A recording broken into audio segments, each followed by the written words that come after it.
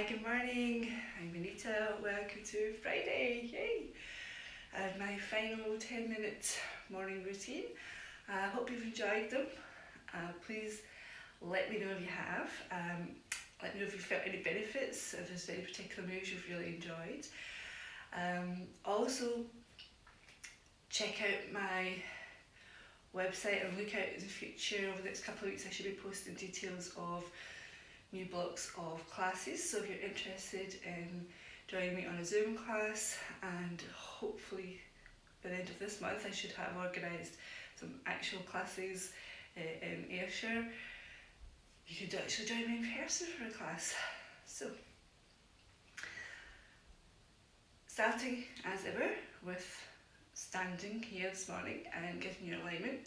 So feet are hip width apart, knees are still soft. Checking your weight, so thinking about being centred, and the easiest way to find centre is always to go off slightly, so sway into your toes, back into your heels, go a little bit to the left, a little bit to the right, and come back to settle in centre. Coming up the body, and by now hopefully you're getting the sense of how to find neutral with your pelvis, so that little tilt forward, that little tilt back, a couple of times, and you might already find that once, twice, and you're finding that easier than you did on Monday morning.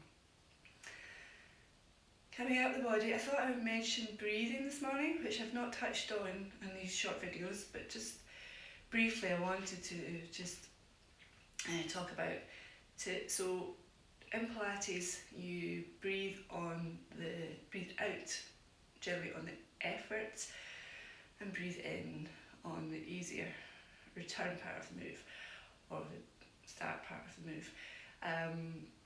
The most important thing is that you do breathe, and one thing to check when you're breathing, if I say to breathe in, a lot of people the tendency can be to breathe into the top of the chest, so you can feel that, and you don't really get a nice full soft breath there.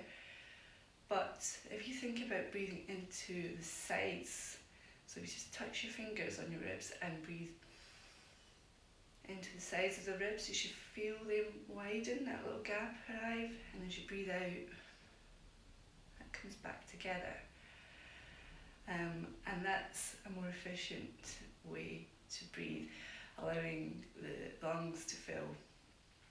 As the lungs fill, you get more blood circulation into the tissues and the muscles, and it's more efficient all round. So that's just a little touch on breathing. So we'll come up the body and think about our shoulders. So start as we usually do by bringing shoulders up to the ears, and then just allowing them to melt down. And again, bringing the shoulders up, and as you're melting down, bring that focus to the front of the body, to the collarbone, and let that area just soften and lengthen. Come out this time and think about lengthening through the crown of the head, back of the neck, and getting that space between ears and shoulders. And our last time, bring the shoulders up, leaving them here, rotate through the shoulder joint, palms facing front, and allow those shoulder blades just to slot down, and just feel them against the back of your ribcage, and let's just leave them there. So think about keeping the shoulders in place, and we're going to do some arm floats this morning. So leading with your thumbs, taking the arms out to shoulder height. So as you do this move, don't bring the shoulders up, leave them nice and melted down, and the arms come up just about that height. If you go too high with the arms, then you're losing the move that we're actually doing. Nice and long through the fingers, and then bring the arms just back down to the sides. So I mentioned the breath, so we are actually breathing in and just floating the arms up to shoulder height, and then as you breathe out, we are pulling them down. And this is actually the move's about here. It's not really so much the arms, this is about the core or the back. When you say core, people think abs, but actually more of your core is in your back. So again, taking the arms out, shoulder height, thinking that thumbs leading, pause here, and you're going to breathe out, you're going to pull those arms back down. So imagine I'm moving through treacle and down to the side. Now that doesn't look like much of a move, but again, just relax there when you've done it and think, oh, what muscle group was working there? Hopefully you're starting to feel it in the back. And I'll just show you from there, the arms are going out. And really focus, bring your awareness to your back and think about the muscles here, your lats coming down and in. And that's the effort that you're looking for.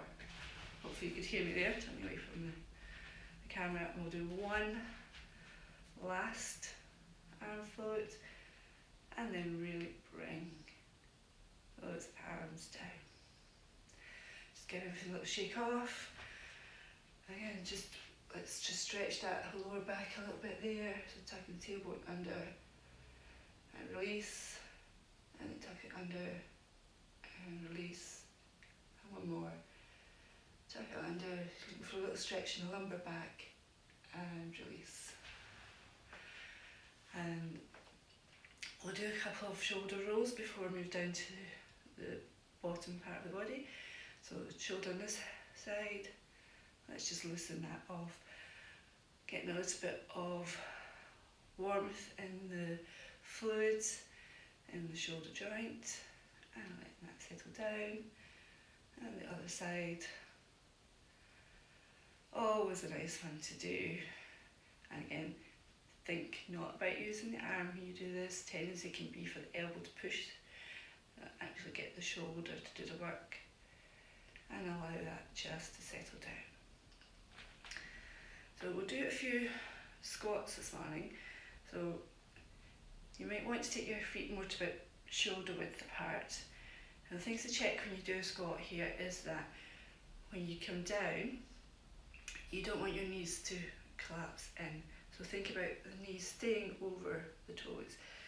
They can come further than the toes if you have that mobility in your ankle. If you don't worry about it. Work within your body's own range of motion. And what you want to think about is this hinge from the hip. So the back staying nice and long. The bottom is going out as far behind you as you can. As if you're going to sit on a chair, and then just coming down, sit onto that squat just for a second, and then back up. So going as far as you can within your range of motion, coming down, and then back up. I think we could do 5 of these this morning, really sinking as low as you can. Some people have a lot more range of motion than I do. I tend to find that my heels want to come up, so you want to keep the weight in the heels and really squat down and come back up. I think that was 4. My counting is not so good at this time of the morning, and coming back up. Lovely. So again, we'll finish with just opening the body out. So a nice wide open stretch, chin tilting up, looking up towards the ceiling, but check you're not compressing your back here. Think about going tall, the arms opening wide so you're getting across the chest, across the collarbone, all nice and opened. Relax down, so bend the knees, bring the arms round, curl back, release any tension, let the head hang heavy, just give it a second there. And open wide again, tilting the head up, really open, and release everything down. And last time, let's open up, nice little extension in the back, so there is a little bend here, but you're not compressing, not sinking into that. And then just letting everything fold over shake it off, give yourself that little pat on the back, enjoy your Friday, enjoy your weekend. Thanks Ellen for joining me, great to have you with me, and I hope to see you all soon.